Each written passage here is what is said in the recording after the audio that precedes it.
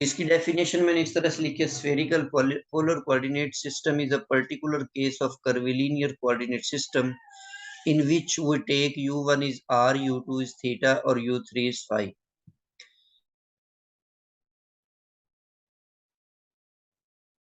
तो वेरिएबल इसके अंदर आ गया आपके पास r, थीटा और phi. Point P in spherical coordinate system is described by three coordinates r, theta and phi. The spherical polar coordinates system is an orthogonal coordinate system. ये orthogonal coordinate system है. पिछले दोनों भी orthogonal थे, Cartesian और cylindrical. Spherical polar coordinate system is a right handed system. ये right handed system भी है. The position vector of point P is given by r is equal to r, unit vector हम e r लिखेंगे, theta variable के साथ unit vector ये theta लिखेंगे, और इसी तरह फाई और ई फाई. फर्दर इसके अंदर यहाँ पर ये ट्रांसफॉर्मेशंस इक्वेशंस मैंने लिखी हुई हैं. इसके अंदर हमने सपोज कर लेते हैं कि एक पॉइंट P आपके पास x y z be a point in rectangular coordinate system and P r theta. Z नहीं आता यहाँ पे, ये मिस्टेकनली लिखा गया, यहाँ पे फाई आएगा.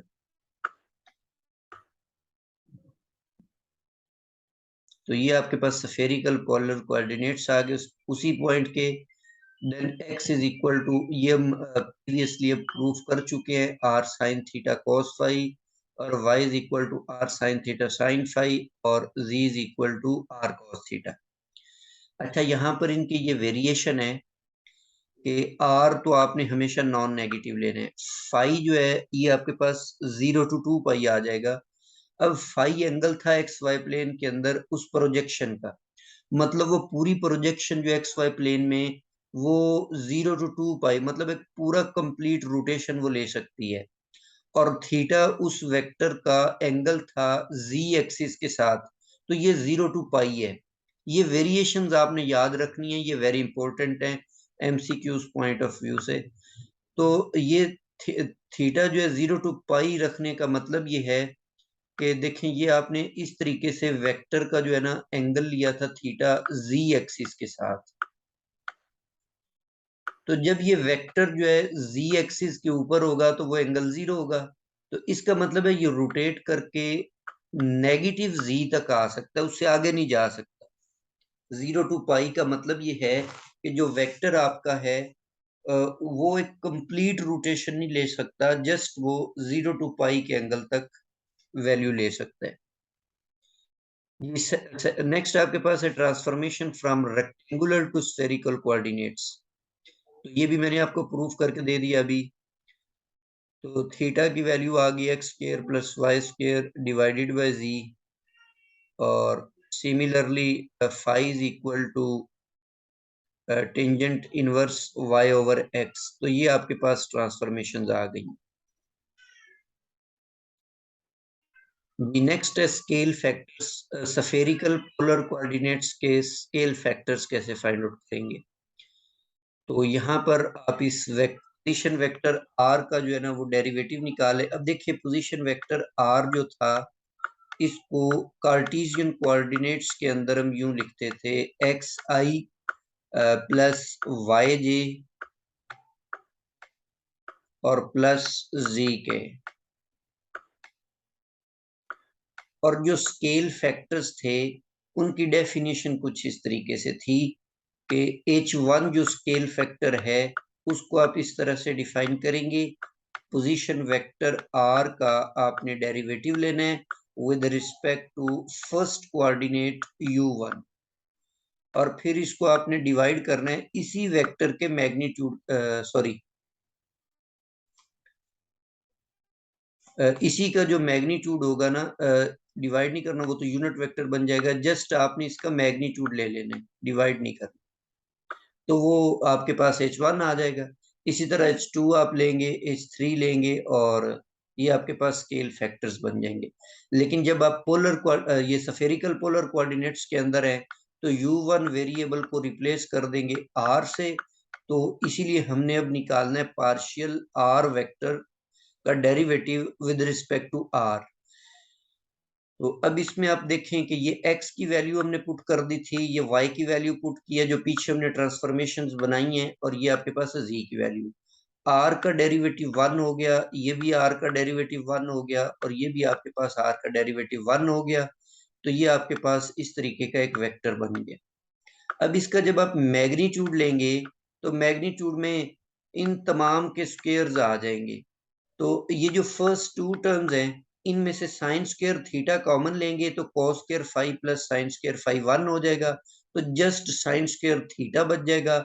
लेकिन थर्ड टर्म के अंदर कॉस स्क्वायर थीटा है, तो वो साइन स्क्वायर थीटा और प्लस कॉस स्क्वायर थीटा वो 1 हो जाएगा, तो उसका मैग्नीट्यूड जो है वो इक्वल टू 1 आ जाएगा। इसी तरह अगर हम आर का विद रिस्पेक्ट थीटा डेरिवेटिव लेते हैं, तो with respect to theta derivative लेने के लिए ये आर को देखिए आप, ये जो साइन थीटा था इसका डेरिवेटिव कॉस बन गया, बाकी दोनों एज ए कांस्टेंट रेट होंगे। इसी तरह यहाँ पर भी सेकंड टर्म में साइन थीटा था, इसका डेरिवेटिव भी कॉस थीटा हो गया, और ये जो थर्ड टर्म है कॉस थीटा, इसका डेरिवेटिव जो है वो माइनस साइन थीटा बन चुका है। अब इनकी जब आप स्केयरिंग करेंगे, मैग्नीट्यूड लेंगे, तो ये cos स्क्वायर थीटा और ये वाला ये कॉमन लिया जाएगा, आर भी उसमें से कॉमन आ जाएगा, तो पीछे ये cos स्क्वायर फाइव और साइन स्क्वायर फाइव अगेन 1 हो जाएंगे। तो यहाँ पर cos स्क्वायर थीटा बन जाएगा, यहाँ पर साइन स्क्वायर थीटा, तो वो भी 1 हो जाएगा। तो जस्ट आर स्क्वायर बनेगा जिसका हम स्क्वायर रूट लेकर, तो ये आपके पास जस्ट आर बन जाएगा।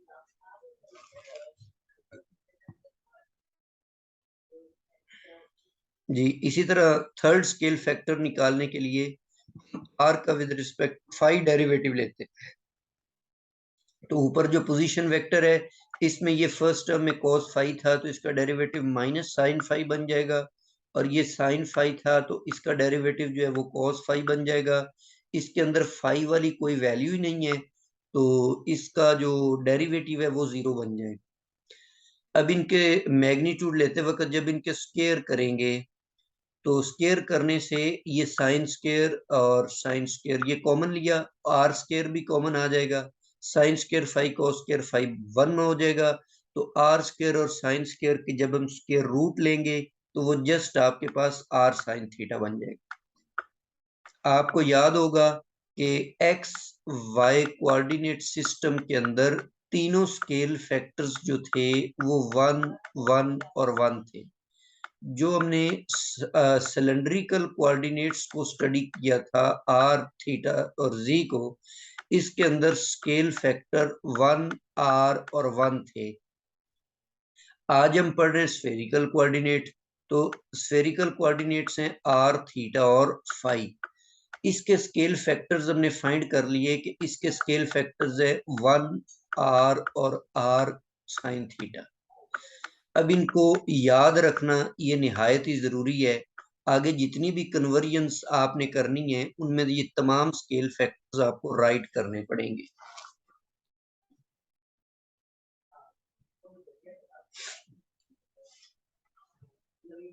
जी, नेक्स्ट आपके पास है coordinate surfaces. The surfaces r is equal to constant, theta is equal to constant, phi is equal to constant, ये कहलाती हैं कोऑर्डिनेट सरफेसेस। ये जो r को जब आप कांस्टेंट लेते हैं, r को कांस्टेंट लेने का मतलब है कि आपने एक ऐसा स्फीयर ले लिया जिसका रेडियस कांस्टेंट है, तो जाहिर बात है फिर वो रिप्रेजेंट करेगा एक ऐसे स्फीयर को जिसका सेंटर ओरिजिन के ऊपर है और उसका रेडियस जो है वो c1 के इक्वल है। ये फर्स्ट डायग्राम में मैंने इसको दिखाया हुआ है। थीटा को जब आप कांस्टेंट लेंगे, तो थीटा कांस्टेंट लेंगे तो वो आर भी वेरी कर सकता है और फाई भी वेरी कर सकता है, तो उस सूरत में वो एक कोन बन जाएगी। जब फाई को कांस्टेंट लेते हैं तो वो हाफ प्लेन को रिप्रेजेंट करता है जो जी एक्सिस में से पास हो रहा हो। यूनिट वेक्टर्स को डिफाइन करते हैं कर्विलीनियर कोऑर्डिनेट्स के अंदर। तो यूनिट वेक्टर्स की ये डेफिनेशंस हमने कर्विलीनियर कोऑर्डिनेट्स में स्टडी की थी कि आपने पोजीशन वेक्टर के तीनों वेरिएबल्स के रिस्पेक्ट उनके डेरिवेटिव लेकर आपने उनको उन्हीं के मैग्नीट्यूड्स पे डिवाइड करना होता है। अब यहाँ पर हम इनको स्फेरिकल के लिहाज से करेंगे, तो ये डेरिवेटिव्स तो हम पिछले लेक्चर में फाइंड कर चुके हैं। अगेन ये डेरिवेटिव्स हमने फाइंड कर लिए तीनों के, और इनके मैग्नीट्यूड जब हम निकालेंगे तो इनके मैग्नीट्यूड से मुराद है स्केल फैक्टर्स, जो हम ऑलरेडी फाइंड कर चुके हैं, 1r और r साइन थीटा। ठीक है, तो जस्ट आपने क्या करना है, इन तीनों जो डेरिवेटिव्स आपने मालूम किए हैं इनको आपने स्केल फैक्टर्स पे डिवाइड करना है। तो फर्स्ट वन आपके पास जो है ई आर यूनिट वेक्टर बन जाएगा। आपने इस वेक्टर को जब अब 1 पे डिवाइड किया तो ये जो फर्स्ट वेक्टर ये एज इट इज आ जाएगा। सेकंड, ये जो partial r over partial theta है इसको हमने आर पे डिवाइड करना होगा, क्योंकि इसका मैग्नीट्यूड आर बनता है। तो आर पे डिवाइड करेंगे तो ये आर जो है तीनों टर्म्स के साथ ये कैंसिल हो जाएगा, तो बाकी ये एक यूनिट वेक्टर बन जाएगा। इसी तरह फाई के लिए आपने उसको आर साइन थीटा पे डिवाइड करना होता है, तो इसको ये आर साइन थीटा कट जाएंगे, यहां से भी आर साइन थीटा, तो ये माइनस साइन फाई और जस्ट कॉस फाई बच जाएगा। तो ये 3 यूनिट वेक्टर्स आ गए स्फेरिकल पोलर कोऑर्डिनेट्स के अंदर। आर्क लेंथ कैसे फाइंड करते स्फेरिकल पोलर कोऑर्डिनेट्स के अंदर, तो कर्विलिनियर कोऑर्डिनेट्स की जो आर्क लेंथ है वो हमने इस तरीके से डिफाइन की थी फर्स्ट लेक्चर के अंदर। इसमें अब आपको स्केल फैक्टर्स की जरूरत पड़ेगी, और u1, u2, u3 को आपने रिप्लेस करना है स्फेरिकल पोलर कोऑर्डिनेट्स के साथ। तो स्फेरिकल पोलर कोऑर्डिनेट्स के अंदर u1 r होता है, u2 थीटा होता है, u3 फाई होता है, और स्केल फैक्टर्स जो है वो 1 r और r साइन थीटा होता है। ये रिप्लेस करेंगे अबव इक्वेशन के अंदर, तो इसकी लुक कुछ इस तरह से बन जाएगी। h1 तो 1 हो गया, h2 आप r स्क्वायर कर लेंगे, और h3 r square sine square. u1 को r से रिप्लेस कर दिया, u2 को थीटा से, और u3 को फाई से। इसी तरह एरिया एलिमेंट्स जो हैं वो कर्विलिनियर कोऑर्डिनेट्स के अंदर हमने इस तरीके से डिफाइन किए थे, da1 h2 h3 du2 du3, और इसी तरह से da2 भी डिफाइन किया था, और da3 भी। अब बिल्कुल उसी तरीके से इनके अंदर स्केल फैक्टर्स को रिप्लेस करें, और u2 और u3 u1 इनकी वैल्यूज जो है वो आप करेंगे। तो ये इनमें चेंजिंग्स करेंगे तो एरिया एलिमेंट्स जो है वो आपको इस तरीके से मिल जाएंगे। डी ए आर बन जाएगा r square sine theta d theta d phi, d a theta बन जाएगा r sine theta d r d phi, d a phi बन जाएगा आर डी आर और डी थीटा। तो ये 3 हमारे पास एरिया एलिमेंट्स आ गए स्फेरिकल कोऑर्डिनेट्स के अंदर। वॉल्यूम एलिमेंट्स जो है कर्विलिनियर कोऑर्डिनेट्स के अंदर तो हमने इस तरीके से डिफाइन किया था कि तीनों स्केल फैक्टर्स और तीनों डिफरेंशियल्स को मल्टीप्लाई कर दिया था। अब यहाँ पर h1 1 पुट कर दे, h2 r पुट कर दे, और h3 r sine theta put करें तो वो r स्क्वायर साइन थीटा बन जाएगा। और u1 को r से रिप्लेस कर दे, u2 को थीटा से, और u3 को फाई से। इस तरीके से आपके पास वॉल्यूम एलिमेंट की ये फार्मूला बन जाएगा r square sine theta d r d theta और डी फाई। जैकोबियन हमने इस तरह से डिफाइन किया था कि तीनों स्केल फैक्टर्स का जो प्रोडक्ट था वो जैकोबियन के इक्वल होता था। तो ये जस्ट आप इनके वैल्यूज पुट करेंगे तो ये आर स्क्वायर साइन थीटा जो है ये इसका आंसर आ जाएगा। तो जैकोबियन जो है आर स्क्वायर साइन थीटा होता है। रेक्टेंगुलर कोऑर्डिनेट्स के अंदर जैकोबियन 1 आया था, और सिलेंड्रिकल कोऑर्डिनेट्स के अंदर जैकोबियन आर आया था, और यहाँ पर r square sine theta. Gradient कैसे डिफाइन करते हैं? सबसे पहले हम ग्रेडियंट को कर्विलिनियर कोऑर्डिनेट्स की सूरत में लिखते हैं कि कर्विलिनियर कोऑर्डिनेट्स में ग्रेडियंट को कैसे डिफाइन किया जाता है। तो किसी स्केलर फंक्शन फाई का ग्रेडियंट जो है वो इस तरीके से हम डिफाइन करते हैं। तो इनके अंदर जस्ट अब आपने क्या करना है, h1 h2 h3 को रिप्लेस करना है, u1 u2 और u3 को रिप्लेस करेंगे।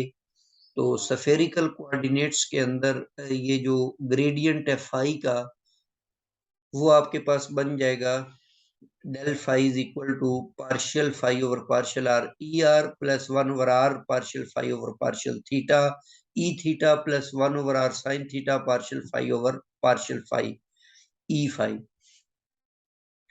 इसी तरह डाइवर्जेंस को डिफाइन करते हैं। सपोज कर लेते हैं कि कोई वेक्टर ए आपके पास है कर्विलीनियर कोऑर्डिनेट्स के अंदर। अब इसका आपने डाइवर्जेंस जो है वो कर्विलीनियर कोऑर्डिनेट्स में वो इस तरीके से डिफाइन होता है। ये सारी चीजें हमने फर्स्ट लेक्चर जो था उसके अंदर फार्मूले ये सारे पढ़े हुए हैं कर्विलीनियर कोऑर्डिनेट्स के। आज हम जस्ट उसके अंदर स्केल फैक्टर्स और जस्ट वेरिएबल को चेंज करके उनको हम सफेरिकल पोलर कोऑर्डिनेट्स के अंदर चेंज कर रहे हैं। लो जी, ये आपके पास डाइवर्जेंस आ गया सफेरिकल पोलर कोऑर्डिनेट्स के अंदर। नेक्स्ट आपके पास है कर्ल। किसी वेक्टर ए की जो कर्ल है वो कर्विलीनियर कोऑर्डिनेट्स के अंदर हमने इस तरीके से डिफाइन की थी, डेल क्रॉस और del cross a is given by, तो ये डिटर्मिनेंट की सूरत में कर्ल को हमने इस तरीके से डिफाइन किया था। अब वही तरीके कार है कि स्केल फैक्टर्स को चेंज करें और वेरिएबल्स को चेंज कर दें। तो स्फेरिकल कोऑर्डिनेट्स के अंदर आर थीटा और फाई लगा देना आपने, और स्केल फैक्टर्स 1 आर और आर साइन थीटा पुट करेंगे। ये आपके पास जो कर्ल है स्फेरिकल कोऑर्डिनेट्स के अंदर वेक्टर ए का कर्ल जो है वो इस तरीके से आप डिफाइन कर लेते हैं।